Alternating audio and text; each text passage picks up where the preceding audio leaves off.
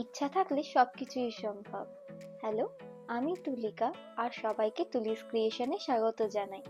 Video আনতে অনেকটাই late হয়ে গেল, কারণ আমি নতুন কিছু শিখছিলাম। জানো তো, এতগুলো দিনে আমি ভাবছিলাম যে কবে তোমাদের সাথে আমার শেখা নতুন ক্রাফটস গুলোকে শেয়ার করব। আজকে আমি দেখাবো রাজস্থানী পুতুল বানিয়ে।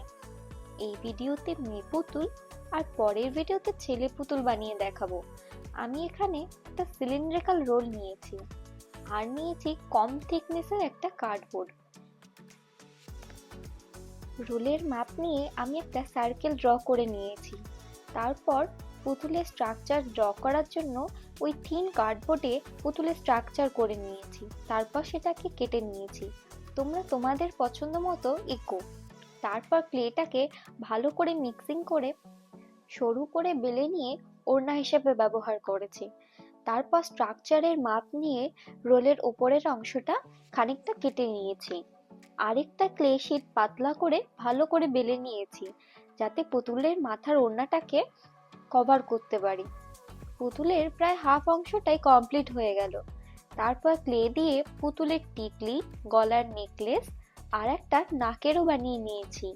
আমাকে জানিও কিন্তু নাকেরটা কেমন হয়েছে। তারপর একটা হোয়াইট কোট দিয়ে নেব, যাতে রংগুলো সুন্দরভাবে ফুটে ওঠে। আমি এখানে ডবল কোট ব্যবহার করেছি, তোমরা চাইলে সিঙ্গেল কোটও ব্যবহার করতে পারো। আমি এখানে স্কিন কালার আনার জন্য দুটো রং ব্যবহার করে নিয়েছি আর ওড়নাটাকে সবুজ রং করে নিয়েছি। টিকলি আর নাকেরটাকে গোল্ডেন শিমারি রং দিয়ে ভালো করে কভার করে নিয়েছি। তোমরা এখানে আরো কিছু ডিটেইলিং ব্যবহার করতে পারো। আমি ভেবেছিলাম এখানে আরো কিছু ডিটেইলিং অ্যাড করব, কিন্তু বুঝেই উঠতে পারিনি যে আর কি কি করা সম্ভব। তোমরা আমাকে একটু সাজেশন করো, যাতে আমি নেক্সট ভিডিওতে সেগুলো অ্যাড করে তোমাদেরকে দেখাতে পারি। আমার ভিডিওটা কেমন লেগেছে তোমাদের, তোমরা অবশ্যই আমাকে জানিও। তার সাথে আমার ভিডিওটিকে যদি তোমরা পছন্দ করে থাকো, একটা লাইক আর আমার চ্যানেলটিকে সাবস্ক্রাইব করে রেখো। Thank you.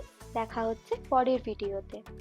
ততক্ষণে তোমরা বাকি ভিডিওটা এনজয় করতে থাকো।